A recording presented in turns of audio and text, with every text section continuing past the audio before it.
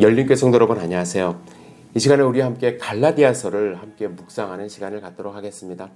오늘은 갈라디아서 1장 1절부터 10절까지의 말씀입니다. 여러분들 천천히 함께 읽어보도록 하겠습니다. 사람에게서 난 것이 아니요 사람으로 말미암은 것도 아니요 오직 예수 그리스도와 그를 죽은 자 가운데서 살리신 하나님의 아들로 말미암아 사도된 바울은 함께 있는 모든 형제와 더불어 갈라디아 여러 교회들에게 우리 하나님 아버지와 주 예수 그리스도로부터 은혜와 평강이 있기를 원하노라. 그리스도께서 하나님 곧 우리 아버지의 뜻을 따라 이 악한 세대에서 우리를 건지시려고 우리 죄를 대속하기 위하여 자기 몸을 주셨으니 영광이 그에게 세세토록 있을지어다. 아멘. 그리스도의 은혜로 너희를 부르신 이를 이같이 속히 떠나 다른 복음을 따르는 것을 내가 이상하게 여기노라. 다른 복음은 없나니 다만 어떤 사람들이 너희를 교란하여 그리스도의 복음을 변하게 하려 함이라. 그러나 우리나 혹은 하늘로부터 온 천사라도 우리가 너희에게 전한 복음 외에 다른 복음을 전하면 저주를 받을지어다. 우리가 전에 말하였거니와 내가 지금 다시 말하노니 만일 누구든지 너희가 받은 것 외에 다른 복음을 전하면 저주를 받을지어다. 이제 내가 사람들에게 좋게 하랴 하나님께 좋게 하랴 사람들에게 기쁨을 구하랴 내가 지금까지 사람들의 기쁨을 구하였더라면 그리스도의 종이 아니니라. 아멘. 좀 전에 말씀드렸듯이 오늘부터 약 보름 정도 갈라디아서를 묵상합니다. 갈라디아는 여러분들 한 도시가 아닙니다. 2절 마지막 부분에 여러 교회들에게 이렇게 말씀하신 것처럼 지도에서 보시는 바와 같이 소아시아, 지금의 터키 중앙에 위치한 고대 로마의 한 주를 지칭합니다. 신약에서 언급된 이 갈라디아에 대해서 북갈라디아설과 남갈라디아설이 있는데요.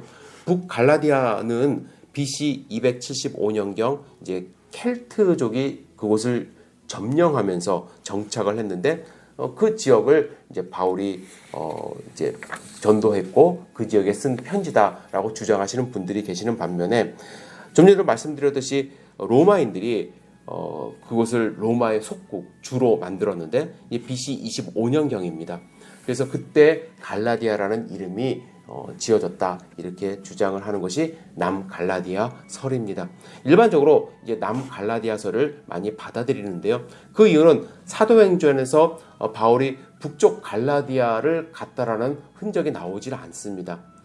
대부분이 나와 있는 도시 이름이 남갈라디아의 도시들인데요. 더베, 루스드라, 이고니온, 바시디아, 안디옥 이것은 남갈라디아에 있는 도시들의 이름입니다. 이 갈라디아 교회들은 사도 바울이 정말 목숨 걸고 처음에 1차 전도 여행 때부터 복음을 전한 곳입니다. 사울이 바나바와 마가와 함께 복음 전도를 출발을 했는데요. 배를 타고 갔습니다. 배를 타고 더베라는 곳에 도착을 했을 때 추측하기는 아마 사도 바울이 좀 지병에 걸렸던 것 같아요. 왜냐하면 배를 타고 거기를 갔으면 이제 해안선을 따라서 복음을 증거를 하는 것이 훨씬 좀 수월했을 텐데 사도 바울이 굳이 산맥을 넘어서 갈라디아 지방까지 이제 가게 됩니다.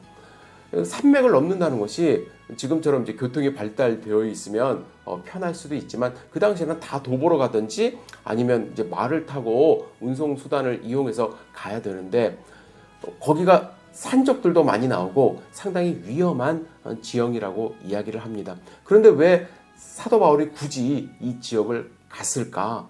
거기에 대해서 이제 학자들의 의견은 사도 바울이 풍토병을 좀 앓지 않았을까? 그래서 해안선에 있어서는 그 풍토병 혹은 피부병이 낫지 않기 때문에 완전히 기후가 다른 내륙 지방으로 산맥을 넘어서 갔을 거다. 이렇게 이야기를 합니다. 마가가 배에서 내린 후에 집으로 돌아왔습니다.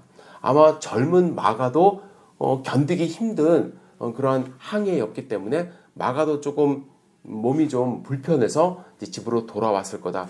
그래서 바울도 좀 힘든 상황 가운데 갈라디아 지방까지 가서 이제 복음을 증거한 그러한 흔적이 나오는 것입니다. 사도 바울이 갈라디아에 대한 애착이 많이 있었습니다.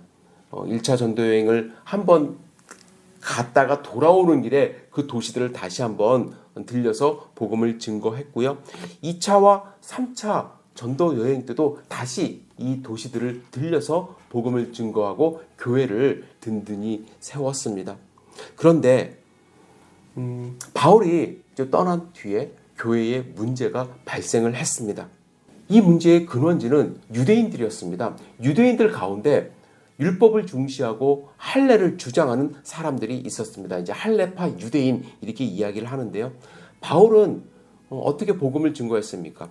오직 믿음으로 구원을 얻는다. 그래서 율법을 모르는 이방인들도 예수 그리스도를 통해서 구원을 받을 수 있다라고 이제 가르쳤고 또 많은 전도를 했습니다. 이걸 이신칭의 교리라고 하는데요. 율법을 중요하게 여겼던 유대인들은 이게 싫었던 거예요.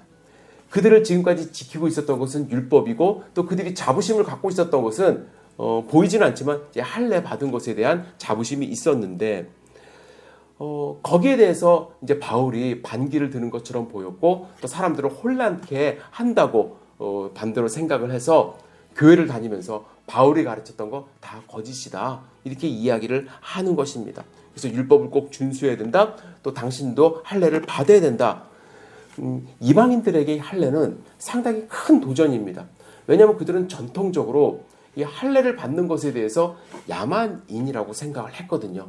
그래서 유대인들이 핍박을 받을 때 많은 군중들을 앞에 놓고 이제 그 옷을 벗깁니다. 그러면은 할례를 행한 것을 보면서 일제히 손가락질하고 비웃습니다. 그런 문화 속에서 자란 이방인들입니다. 이방인들은 할례를 받는 것을 수치스럽게 생각을 했는데 그 할례가 구원을 준다라고 이야기를 했을 때 거기에 이제 마음의 부담을 느껴서 이제 교회를 떠나는 사람들도 생긴 것이고 교회 안에 분란이 생긴 것입니다. 할례파 유대인들이 자기들의 주장을 강화하기 위해서 또 한 가지 주장을 했는데 그것은 사도 바울이 사도권이 없다라고 이제 이야기를 하는 것이죠. 사도란 말은 어떤 말이냐면 보냄을 받은 자라는 뜻입니다. 그래서 예수님이 부활하시고 승천한 이후에 예수님의 11 제자들을 사도로 부르기 시작을 한 것입니다. 그래서 그들은 상당히 어떠한 권위를 갖고 있었죠.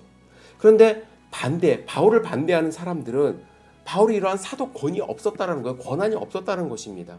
그리고 바울이 전하는 이 메시지는 예수님께 직접 받은 것이 아니라 다른 그리스도인들에게 2차, 3차 뒤에 이제 받은 것이라고 주장을 합니다. 그리고 반대자들은 오히려 자기들이 더 권한이 있다. 왜냐하면 우리는 예루살렘에 있는 베드로나 또 예수님의 형제 야고보로부터 메시지를 직접 받았기 때문이라고 이제 주장을 합니다. 자기들이 오히려 정통성이 있다고 이야기를 하는 것이죠. 그래서 바울은 1절부터 그들의 주장이 틀렸다고 이제 이야기를 하면서 갈라디아서를 쓰기 시작을 합니다. 왜냐하면 바울의 사도권은 하나님과 예수님께 직접 받은 것이기 때문입니다. 사도권이라는 것이 무슨 증명서가 있는 것도 아닙니다. 그죠? 바울은 다메섹 도상에서 예수님을 직접 만나 그에게 부르심을 받은 자로서 세움을 받았습니다. 그리고 바울은 2절에서 혼자 편지를 쓰는 것이 아니라 함께 모든 형제와 더불어 편지를 쓴다고 밝히는데 함께한 사람들은 바나바가 있을 수 있고요. 안디옥에서 온 다른 사람들도 포함이 되어 있을 수 있습니다. 바울은 1장 1, 2절에서 자신의 신뢰성과 사도직을 강화하기 위한 방법으로 다른 사람들도 언급하면서 자, 내가 혼자서 독자적으로 이러한 행동을 하는 것이 아니다. 교회에서 파송받았고 다른 믿음의 사람들과 함께하고 있다는 것을 증명하고 있습니다.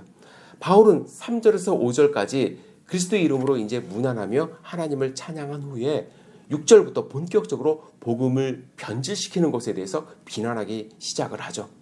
6절에 보면은요, 이같이 속히 떠나라는 표현이 나옵니다. 할례파 유대인들의 그러한 주장을 듣고서 속히 복음을 떠나 다른 복음을 받아들이는 사람들이 있었던 거예요. 이 표현은 군인들이 탈영을 하는 것과 같은 표현이라고 합니다. 그들이 하나님을 떠나 등을 돌려서 다른 복음을 따라가는 것을 사도 바울이 정말로 이해하지 못했던 거예요.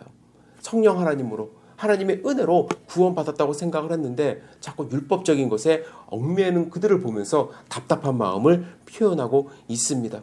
사울이 봤을 때 그들을 가만히 보니까 율법의 굴레에서 벗어나 예수 그리스도의 사랑으로 구원을 받았는데 다시 종교의 감옥, 율법의 굴레로 들어가는 것처럼 이제 보였기 때문에 답답한 심정을 이야기를 하는 것입니다. 구원은 오직 예수 그리스도를 믿음으로 말미암는 것 아닙니까?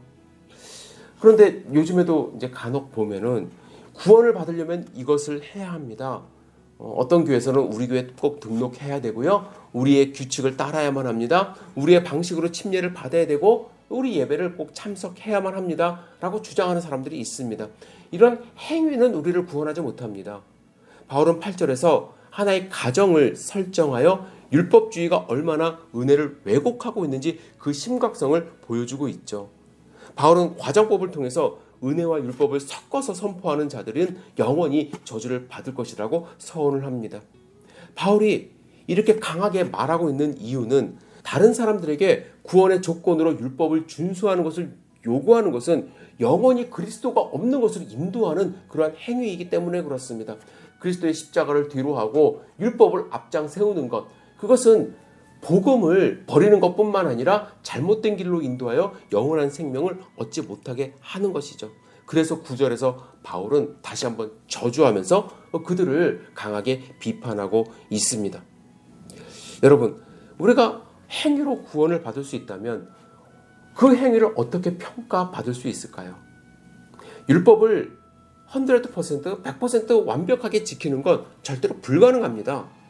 겉으로 드러나는 행위뿐만 아니라 율법은 마음으로 짓는 죄까지도 다스리기 때문에 어느 누구도 율법을 완벽하게 지켰다고 자부할 수가 없습니다.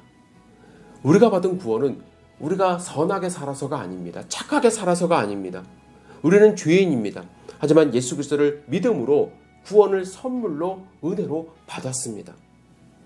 우리의 구원을 흔드는 어떤 유혹에도 흔들리지 마셔야만 합니다. 예수 그리스도를 통하여 우리에게 구원을 베푸신 하나님의 은혜에 감사하며 우리의 구원을 지키고 구원받은 자로 승리하는 삶을 살아야만 할 것입니다. 여러분, 갈라디아서의 주제는 자유입니다. 자유. 저는 자유라고 생각을 해요. 예수 그리스도를 믿고 구원받은 자는 자유로움으로 하나님을 찬양하고 자유로움으로 사랑하며 자유로움으로 하나님의 백성으로 살아갈 수 있는데 자꾸 율법의 굴레에 묶으려고 하는 그러한 율법주의자들이 있었던 것입니다. 그래서 사도 바울은 그러한 율법에 얽매이지 말고 자유함으로 신앙생활을 하라고 하면서 갈라디아서를 계속 써내려가고 있습니다. 갈라디아서를 하루하루 묵상하면서 여러분들에게 도전드리고 싶습니다. 나는 자유함으로 하나님을 섬기고 있는가? 자꾸 이상한 것에 얽매여 있지 않는가? 다시 한번 여러분들 우리의 신앙을 점검해 보시고 하루를 시작하시기를 주님의 이름으로 축복합니다. 갈라디아서를 우리 함께 묵상하면서 하나님이 주신 자유함을 만끽하시는 귀한 삶 사시기를 주님의 이름으로 축복합니다. 여러분들 오늘 하루 승리하세요. 감사합니다.